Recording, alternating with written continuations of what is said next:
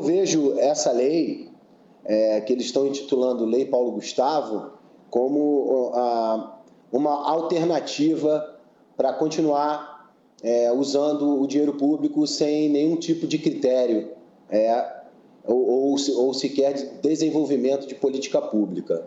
Então, eu sou contra, já estou sendo muito criticado por isso, porque se essa lei passar, ela vai transformar o governo federal num caixa eletrônico compulsório.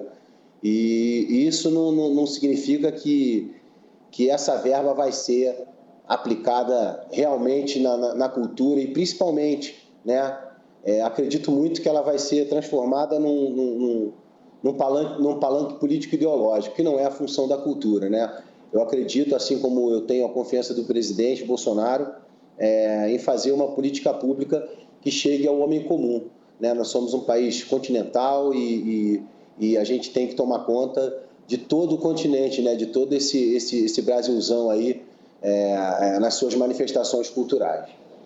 Amanda. Secretário, boa tarde, seja bem-vindo mais uma vez à Opinião no Ar.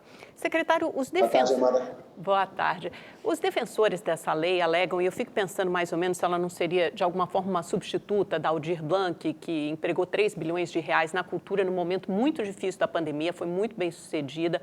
Essa lei, Paulo Gustavo, prevê 4 bilhões, a distribuição de 4 bilhões de reais diretamente para estados e municípios, de novo, para acudir e socorrer a cultura nesse momento tão difícil da pandemia. O que eles alegam é que esses recursos viriam principalmente de 2 fundos, o Fundo Nacional de Cultura, o Fundo Nacional de Audiovisual, que muitas vezes têm as verbas contingenciadas pela Lei de Responsabilidade Fiscal.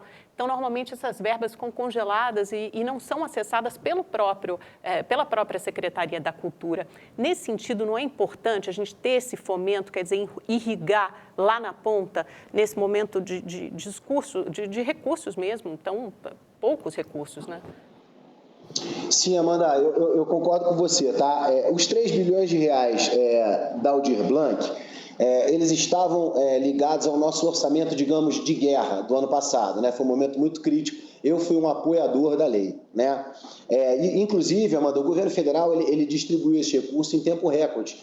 Em menos de 60 dias, esses recursos já estavam disponíveis para empenho nos estados e municípios. A questão toda que a gente levanta em relação a isso, Amanda, é o seguinte: desses 3 bilhões distribuídos pela Lei Aldir Blanc, 1 bilhão não conseguiu ser executado nesse período, né?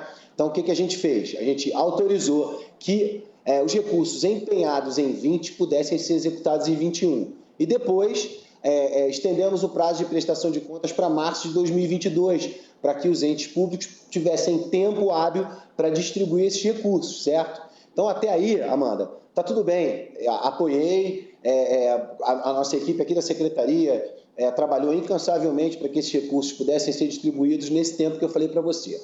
A questão toda é que, quando você está falando de um momento de emergência, como o que a gente viveu, principalmente em 20, graças a Deus agora, eu acho que a gente está saindo desse momento crítico com as vacinas, com as próprias medidas tomadas pelo Ministério da Saúde. O que me preocupa, Amanda, é que esse recurso, ele vem sim do Fundo Nacional de Cultura, né? um dos três artifícios que a gente tem em que está posicionado essa proposta de lei da Lei Paulo Gustavo. E se isso for feito, esse recurso ele vai ser mais uma vez enviado para estados e municípios. Ou seja, o governo federal, foi aquilo que eu falei antes, vai se transformar num caixa eletrônico. Ou seja, vamos pegar o dinheiro, vamos depositar em estados e municípios, e nos estados e municípios que vai ser definida essa política pública. O que a gente tem de retorno da Aldir Blanc, Amanda, é que, sim, uma parte foi muito bem utilizada e, graças a Deus, chegou ao artista. Mas muitos desses recursos não chegaram, né? Ficaram, digamos assim, a cargo dessa posição política ideológica que eu critico, porque ela fatalmente não vai contribuir com aquele artista pequeno. Por exemplo, Amanda, a questão dos circos, né? O circo é itinerante.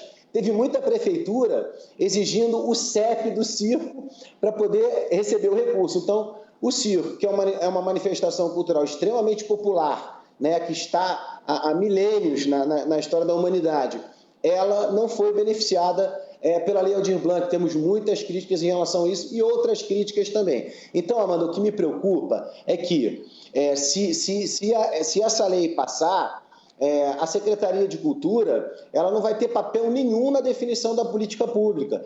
E eu queria te dar um exemplo, só para ilustrar. Esse passivo que tanto discutem com a gente, de quase 13 bilhões de reais, ao qual a gente hoje está trabalhando para prestar essas contas, ele foi durante 15, 20 anos para se somar esse passivo, certo?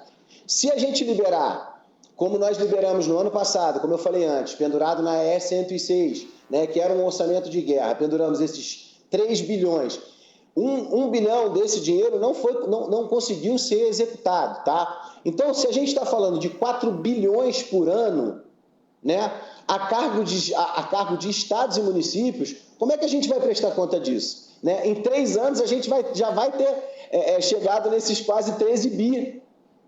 Então, isso é muito sério, na minha opinião.